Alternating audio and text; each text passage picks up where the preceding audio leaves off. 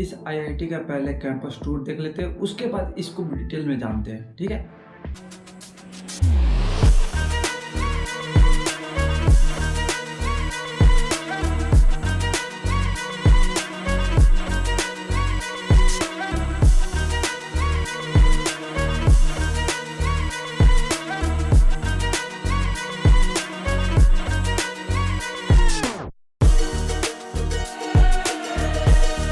आज बात करने वाला आईआईटी गांधीनगर के बारे में। वैसे तो बहुत सारे जोसा काउंसलिंग में पार्टिसिपेट करते हैं कॉलेजेस, बस अगर टॉप की बात करें तो 200 से 300 के बीच में ही टॉप कॉलेजेस आते हैं, ठीक है ना। उसके बाद अगर बात करें कि आपको कौन सा कॉलेज लेना चाहिए, अगर जोसा काउंसलिंग में पार्टिसिपेट करें तो जेईई मेंस इतना नेसेसरी है कि आप क्वालिफाई कर लिए होंगे, ठीक है ना, या आप अच्छे रैंक ला लिए होंगे, तो एक उसके लिए अच्छे कॉलेज भी होने चाहिए यार। उसको कैसे चूज करें तो मैंने एक प्ले लिस्ट बना चुका हूँ, चेकआउट कर सकते हो। और कोई भी डाउट या इंक्वायरी आपकी तरफ से आती है तो कमेंट सेक्शन में मेंशन कर दो, या हो सकता है आप इंस्टाग्राम पे जाओ और वहाँ पर मुझे मैसेज कर सकते हो। कोई ज़रूरत नहीं कि मुझे फॉलो करो, आप वहाँ पर डायरेक्ट मैसेज करना मुझे, ठीक है ना, मैं रिप्लाई दे दूंगा आपको, ठीक है। चलो फिर इस वीडियो पे स्टार्ट करते हैं पहले, ठीक है। तो हम बात करते हैं आईआईटी गांधीनगर के बारे में। तो इसका जो फुल फॉर्म होती है इंडियन इंस्टीट्यूट ऑफ टेक्नोलॉजी होती है। किसी भी कॉलेज को जानने के लिए ना पहले उसका ओवरऑल जानना बहुत जरूरी होती है, ठीक है ना। एस्टेब्लिश की बात करें तो 2008 में आपको देखने को ये कॉलेज मिल गया था, ठीक है। तो ये कह सकते हो ना नया है ना पुराना है, ठीक है, एवरेज है, ठीक है, मिनिमम। इंस्टीट्यूट टाइप की बात करें तो आपको गवर्नमेंट में ये कॉलेज देखने को मिल जाती है आपको, ठीक है।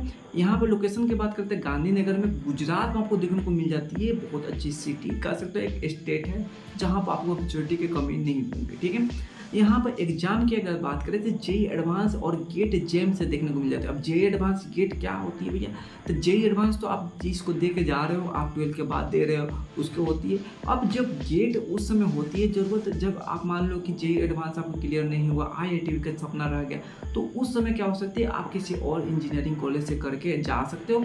उसके बाद गेट के फॉर्म भरो, उसके बाद क्वालिफाई करो, उसके बाद क्वालिफाई करने के बाद आपको जिसमें भी फिर आपको काउंसलिंग हो उस समय बैठो, और उसके बाद मिलने के बाद आपको जो भी आईआईटी उसमें मनपसंद में मिल जाएगा, ठीक है। उसके बाद बात करें टोटल कैंपस एरिया की बात करते हैं, 400 एकड़ के देखने को ये मिल जाती है आपको कॉलेजेस, ठीक है। रैंकिंग की बात करें, यहाँ पर रैंकिंग कोई फर्क नहीं पड़ता है, फिर भी मैं बता देता हूँ। एनआरएफ रैंकिंग 24 रैंकिंग गई थी 200 में से, ठीक है, 2023 का ये डाटा है, ठीक है। यहाँ पर कोर्स ऑफर की बात करें, यहाँ पर बीटेक हो जाते हैं, एमटेक हो जाते हैं, डिप्लोमा भी हो जाते हैं, पोस्ट ग्रेजुएशन एमएससी देखने को, एमए देखने को मिल जाती है, पीएचडी देखने को मिल जाती है। इससे भी बहुत सारे और भी मतलब इसमें कोर्स एडेड है, बट मैंने नहीं लिखा, जो मेन थी मैंने उसको लिख दिया। बट हम लोग सिर्फ बात करेंगे बीटेक के बारे में। तो बीटेक में देख लेते हैं कौन कौन से ब्रांचेज यहाँ पर देखने को मिल जाती है, जैसे कि chemical engineer, civil engineer, computer science engineer, electrical engineer, material engineer, mechanical engineer, ये सारी चीज़ें आपको देखने को मिल जाती है।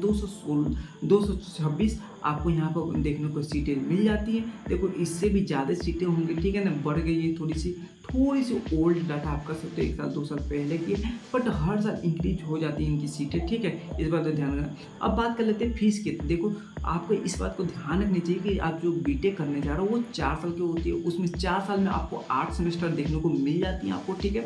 8 सेमेस्टर में आपको क्या होती है, 8 बार फी पे करनी पड़ती है।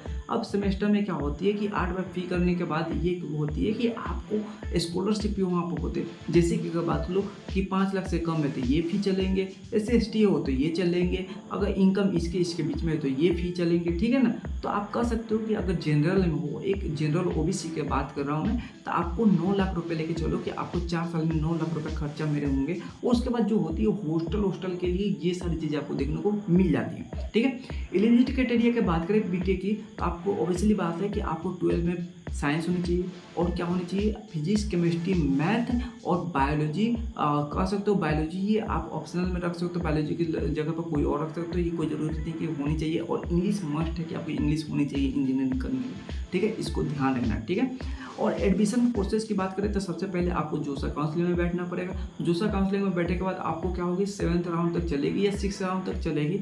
उसके बाद आपको सीट उसमें से कभी मिल जाएंगी, तो उसके बाद क्या होगी, आप कट ऑफ से मेज तो हो गई, सारी चीज़ें मिल गई। उनके बाद क्या होगा कि आप जाओगे डॉक्यूमेंट वेरिफिकेशन के लिए, ठीक है, यहाँ पे मैंने नहीं लिख पाया, पर डॉक्यूमेंट वेरिफिकेशन के लिए आपको बुलाया जाती है, उसमें फ़ोटो वोटो, आपको टेंथ के बर्थडे, ये सारी चीज़ें मांगी जाती है आपको प्रूफ के लिए, ठीक है। यहाँ पर कटअप और जेई एडवांस की अगर बात करें फर्स्ट राउंड की मैंने लिखा हूँ, ये 2024 में भी चली रही है, जिसके आप जब देखो वीडियो कहीं हो सकता है कि आप खत्म हो जाए जेई एडवांस की, ठीक है ना, राउंड, तो इससे पहले देख लो यार, ठीक है ना। बीटेक की अगर बात है आर्टिफिशियल इंटेलिजेंस, ये स्पेशलाइजेशन, ये कंप्यूटर साइंस का, ठीक है ना, तो 2000 तक देखिए स्टार्ट हुई है सिर्फ अभी, ठीक है। ये पिछले साल का है कि जो लास्ट गई थी इतने से स्टार्ट हुई थी, कह सकते हो, ठीक है।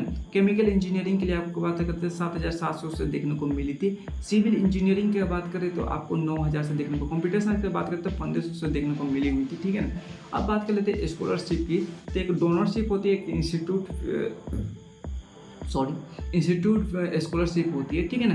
तो देख लो यहाँ पर मैं थोड़ी सी पॉज कर दूंगा आपको वीडियो, आप देख सकते हैं कि कितने इंस्टीट्यूट पे कितने कितने पैसे मिलते हैं, कितने आपको रिलैक्सेशन मिल जाते हैं, ठीक है। यहाँ पर थोड़ा थोड़ा पॉज कर दे रहा हूँ, ठीक है।